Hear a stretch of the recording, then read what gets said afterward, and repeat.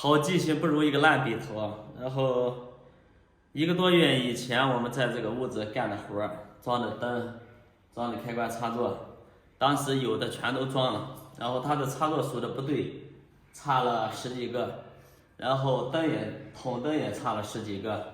前几天呢，他给我打电话，我给大家听听这个录音，我完全一点印象都没了。喂，今天有时间没？什么时间啊？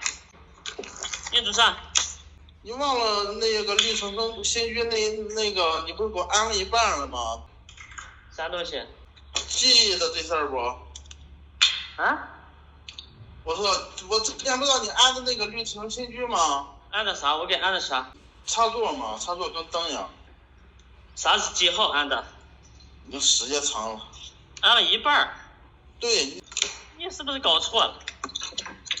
我不在海阳，我在那个广陵，来一次不方便。那会儿你安的时候还是3月份安的呢。我问你叫为啥了？然后这个干活的老板呢给我打电话，差不多跟我聊了3分钟，我才慢慢回忆起来了。因为他家有一个浴霸，老跳闸，那时候他们自己接好的，我装开关，只要一开开关他就跳闸。当时遗留那么一个问题，一会儿我们还得处理一下。插座全都装好了，准备试电，把所有的插座都试一遍。厨房的，后边这几个也没标，不知道是哪里的。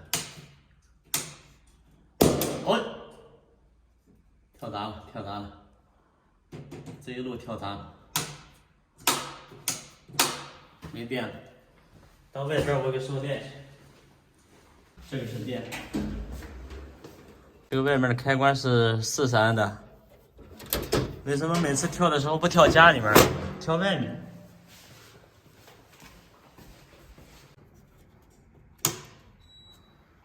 这一路跳，听这个声音肯定是灵活线搭到一起了，连电，也不是接到地线上，是连电。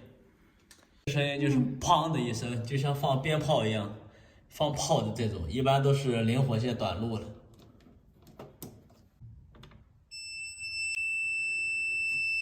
分明器响了，短路了。现在所有的开关插座呢全都装好了，你说它短路，你该从哪查呢？无从下手啊。现在是只能我们先排查一下哪个地方有电，哪个地方没有电。先从厨房开始。我试电都是角磨机啊、电钻试，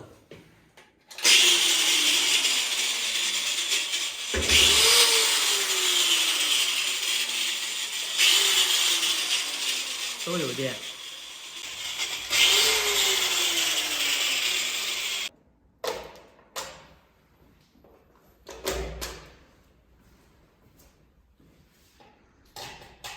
客厅的这一路没电。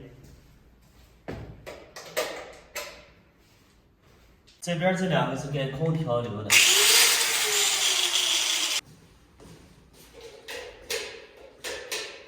这是主卧也没电，灯没问题，这也没有。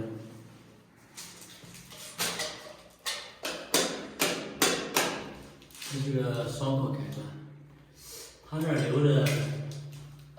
留着壁灯，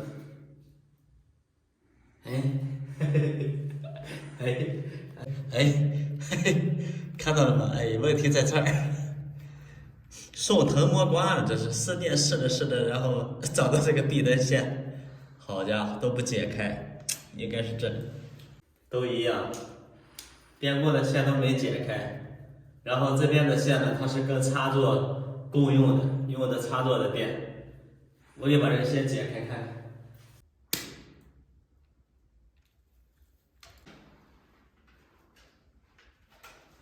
所以说，没电的时候千万不要盲目的去拆插座。我就先不服了，我先用表测一下。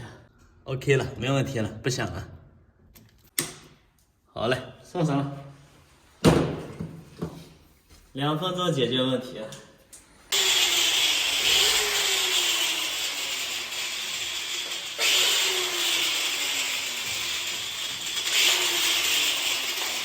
这可不是什么技术高超啊，这是撞着狗屎用了。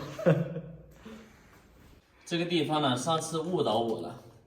这边它是一个浴霸，然后这边是一个插座，这线都没有问题。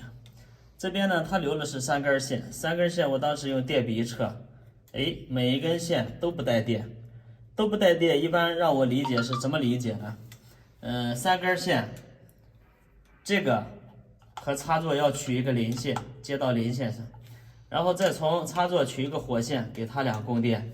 因为啥呢？这个环境在这个位置。在这个位置呢是装浴室柜，上面有一个近前灯，然后它上面有一个吸顶灯。这种情况呢，就是第一感觉吧，因为干的时间长的第一感觉就是这样想的。3根线都没有电的情况下，旁边挨着一个插座，就是从插座直接供电过来。哎，但是当时那样接上就跳闸了，所以我这次要把顶子拆了，把这个线路捋一下，捋一下再接。黄线是一个火线。这根黄线是同时控制了2路线，从这儿一路下来，然后从这边走了一路，那这边应该还有一趟线。就是这边你看，这边还有一趟线。乍眼一看，这个地方的线也挺乱，但是往开了一分啊，这边是插座，这是一根线管单独穿下来的。这是单独一根线管穿下，我们沿着这个线管一直往上走，然后找到了这个位置，就是这一根线管。这根线管这边有一个接线盒，从这个接线盒就能看出来，零线是这儿有一个总零线，用黄线控制了2个灯嘛，一个是这个，然后转到这边就是这个。同时呢，在这个底盒里面还分出一趟线。总零线，然后往那边去了，然后这边压着一根红线的，不太明显，也是从这里过去的，直接从这个位置下去了。下去到哪儿了？就是这边装了个浴室柜的，这2根线。那按这样理解啊，我们上次就没有错呀？怎么会错呢？红线是控制近前灯的，黄线是控制头顶上这2个灯的。然后这是一个总零线，按正常情况下，我们零线接到这里。然后火线我们送一个出来到开关，这是对的呀，没毛病。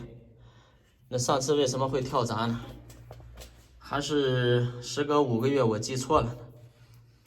那我就这样再接一下，再试一下。嘿嘿，没毛病。加底下，吊点的师傅接了个浴霸，说接上浴霸跳闸了，这很明显嘛。它从顶上呢送下来3趟线，这2根是4平方的，然后唯独这个是2.5的，然后他把这个2.5的给接到浴霸里面供零线，供了零线以后呢，他找到火线往上一接，那你一开的话不就，对吧？